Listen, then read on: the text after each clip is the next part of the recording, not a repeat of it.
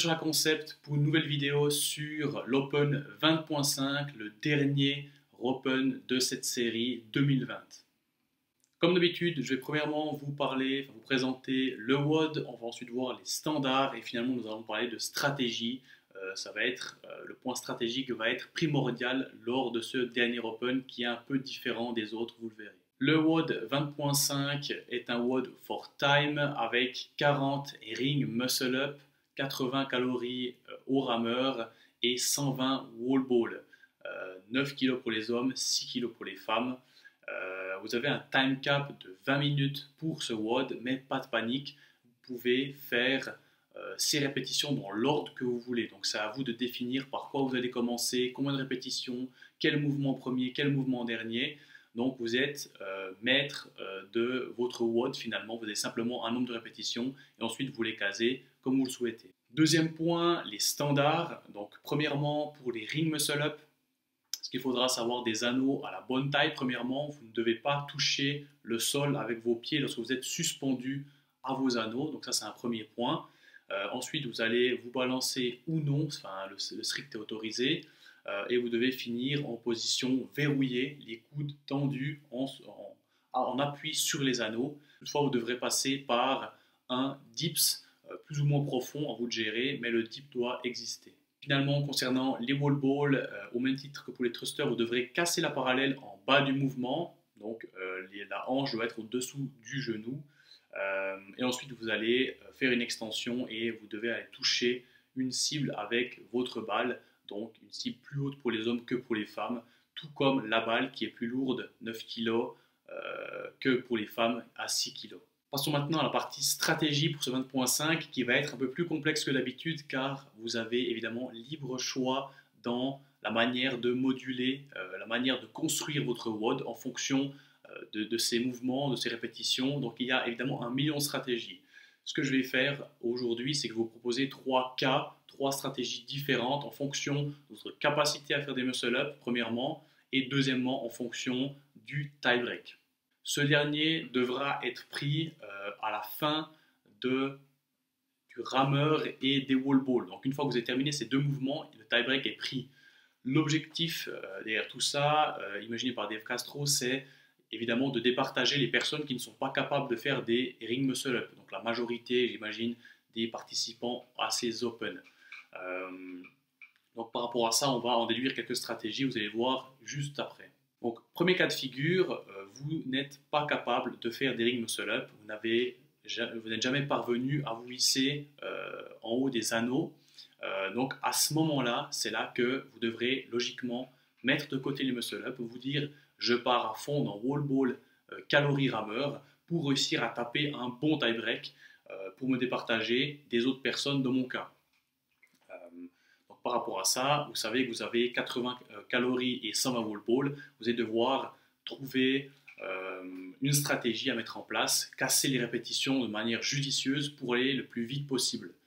Ce que je vous propose de faire, évidemment, c'est de faire en fonction des wall balls, parce que c'est le facteur, enfin c'est le mouvement qui va le plus vous limiter.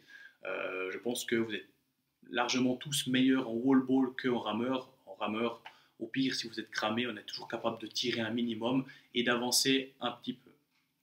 Donc vous allez premièrement vous dire, voilà, moi je suis capable de faire des séries de 8 wall balls, ou des séries de 10 wall balls, ou de 15 wall balls.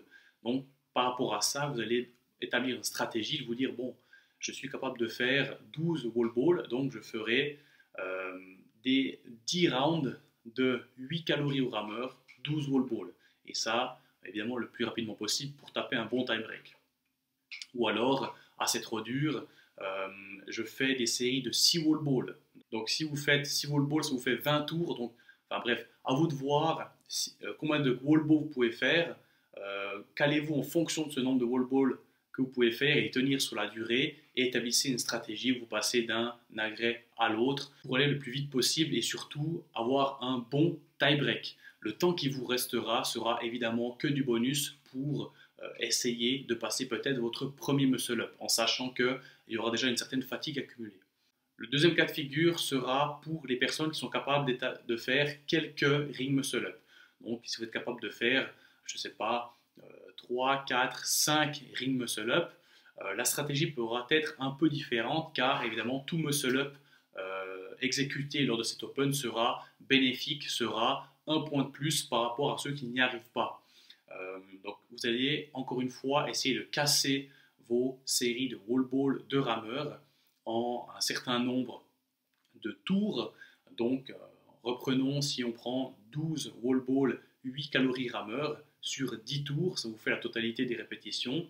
Vous pouvez vous dire, bon, je fais ça, et dans chaque tour, je vais caler 1, 2, 3 muscle-up, peut-être 4, pour réussir à accumuler des répétitions sur les muscle-up.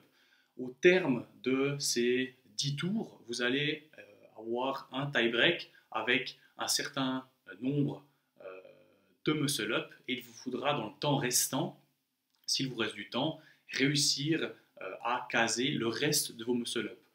Évidemment, dans ce cas de figure, il va être très optimiste de réussir à faire les 40 ring muscle-up. Toutefois, chaque répétition, encore une fois, de muscle-up exécutée est bonne à prendre pour le classement. Le dernier cas de figure s'adresse aux personnes qui sont plutôt à l'aise sur les muscle-up, qui sont capables, lorsqu'elles sont assez frais, de faire 10-15 ring muscle-up. Pour ces personnes, évidemment, l'objectif sera de finir ce WOD dans tous les cas. Et là, plusieurs cas de figure se présentent. Encore une fois, on peut rester dans le même cas de figure de se dire, bon, je casse en 10 rounds mon WOD et se dire, bon, je fais 4 muscle-up, 8 calories rameur, 12 wall ball sur 10 rounds si j'arrive à tenir ce rythme. Deuxième option, de se dire, comme l'a fait Patrick Vellner notamment, de se dire, bon, je fais plus de muscle-up au début car c'est un mouvement qui coûte, qui est très impactant, c'est le plus dur des 3 mouvements, et de me dire, bon, je fais plus de muscle-up au début, mais peut-être moins de wall ball ou moins de rameur, et finalement je termine avec plus de rameur ou plus de wall ball. Donc ça, c'est évidemment à vous de voir, selon vos forces et vos faiblesses. Ce que je viens de rappeler, évidemment, c'est que la force de pousser lors des wall balls, vos épaules, vos triceps vont être déjà, entre guillemets, entamés lors des wall balls, et que sur les muscle-up, ça va se ressentir lors de la partie de dips, la partie supérieure. Donc c'est quand même une interférence qui est à ne pas négliger, de même que la force de tirage sur le rameur va impacter la force de tirage lors de la partie basse du muscle-up, du ring muscle-up.